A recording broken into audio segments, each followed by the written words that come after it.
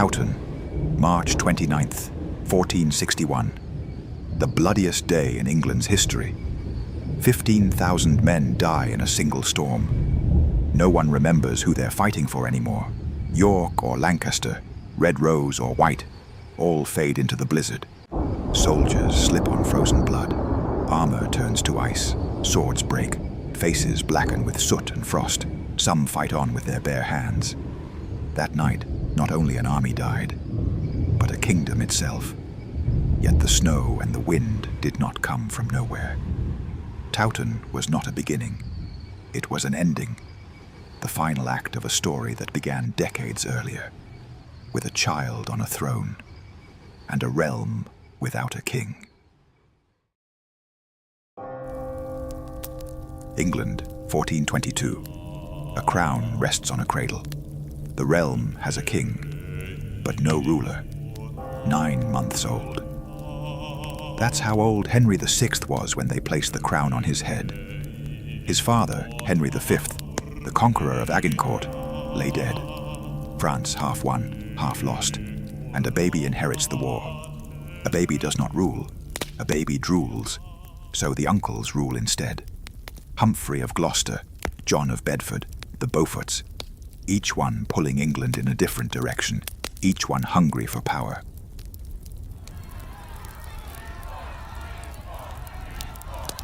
Parliament, once obedient, now bristles.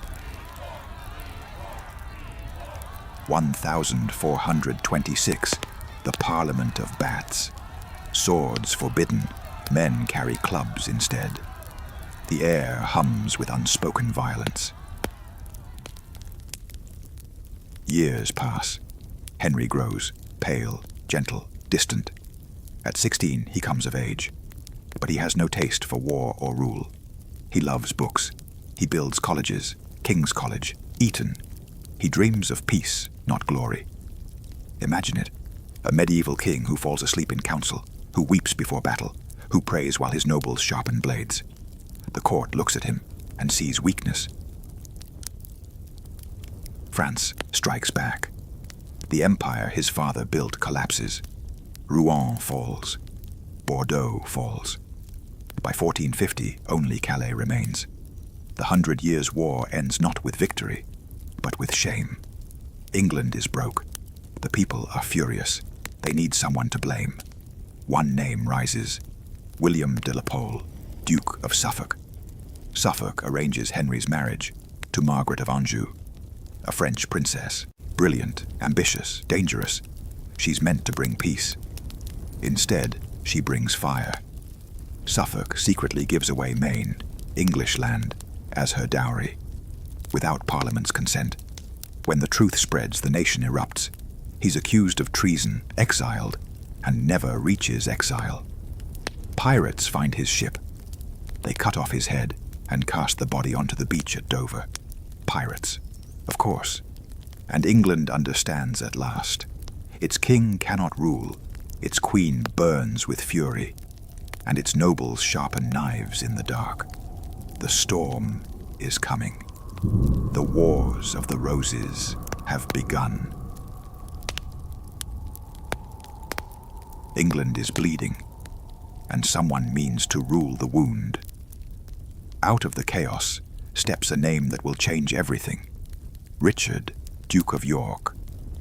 He is everything Henry VI is not.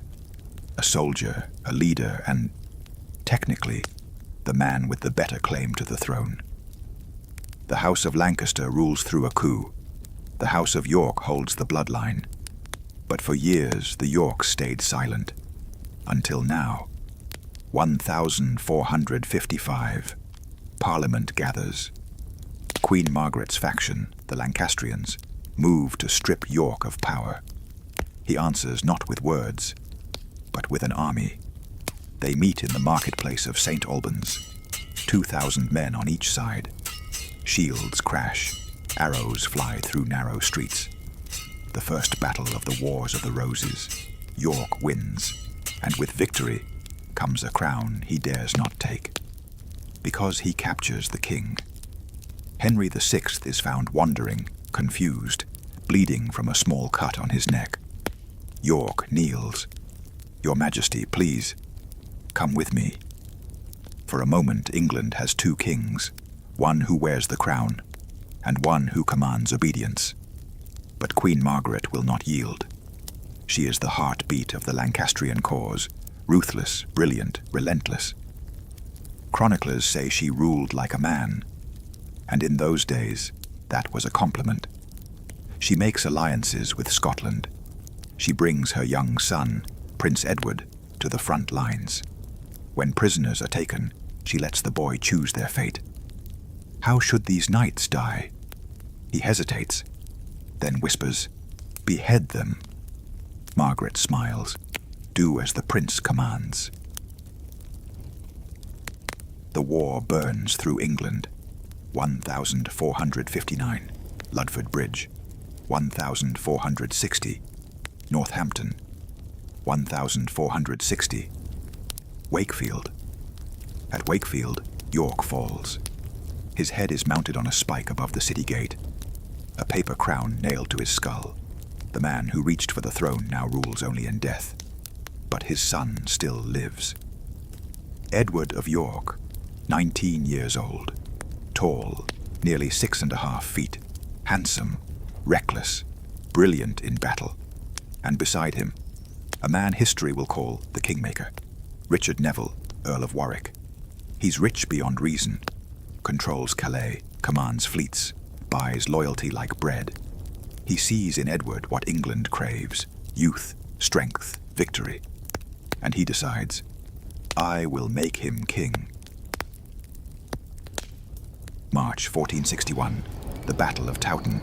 The same storm you saw at the beginning. 50,000 men clash.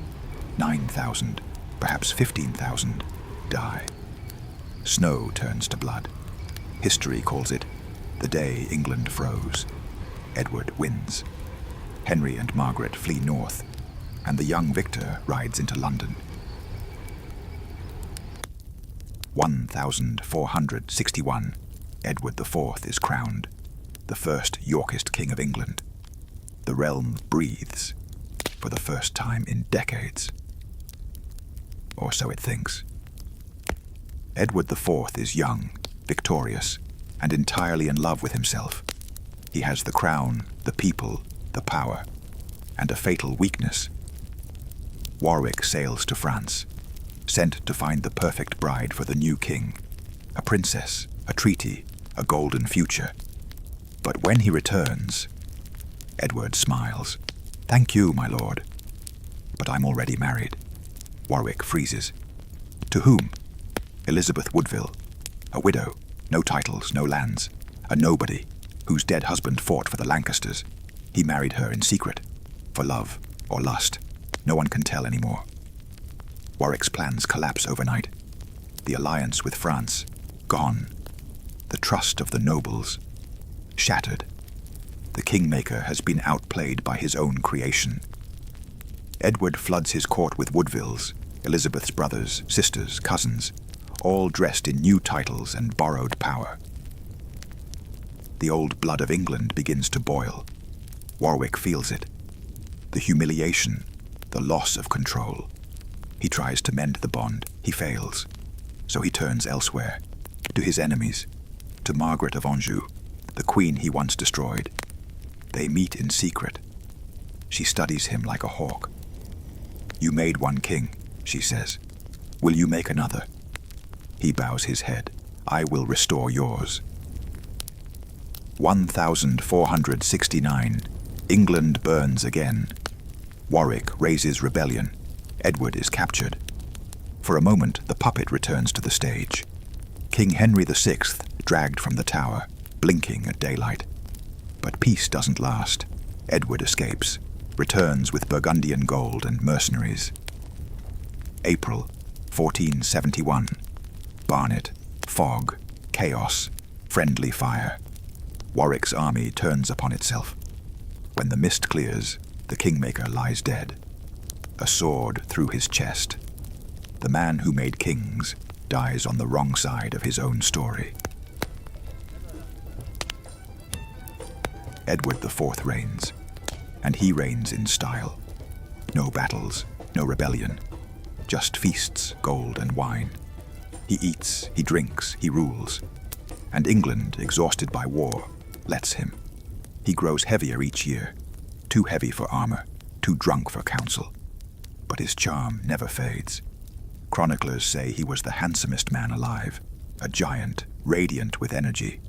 Now he shines too brightly, a candle burning itself away. He surrounds himself with pleasure and with debt. Courtiers flatter him, merchants fund him, the people pay for his peace. And yet, he rules well enough. No new taxes, no civil war. England breathes for the first time in memory. He builds again, churches, colleges, monuments to himself. King's College grows, Eton thrives. York Minster glows in the morning sun, its great window shining like heaven's own crown. Then comes 1476. A man named William Caxton brings a strange machine from Flanders, a printing press. The first book ever printed in England, Chaucer's Canterbury Tales. Words once chained to monasteries now spill into the streets. England is changing, but its king is not. By the early 1480s, Edward is dying by indulgence. Food, wine, lust. His heart gives out before his enemies can. He is not yet 40. He leaves 2 sons and a brother. The realm will learn again that peace never lasts long in England. April 1483. Edward IV is dead.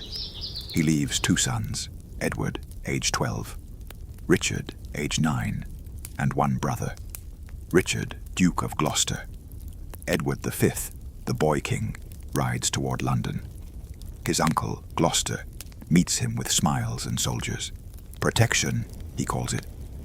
And the people believe him. The 2 princes are taken to the Tower of London. For safety, they say. At first, they're seen in the courtyard, playing, laughing, chasing each other in the summer light. Then the sightings stop. No more laughter, no more footsteps.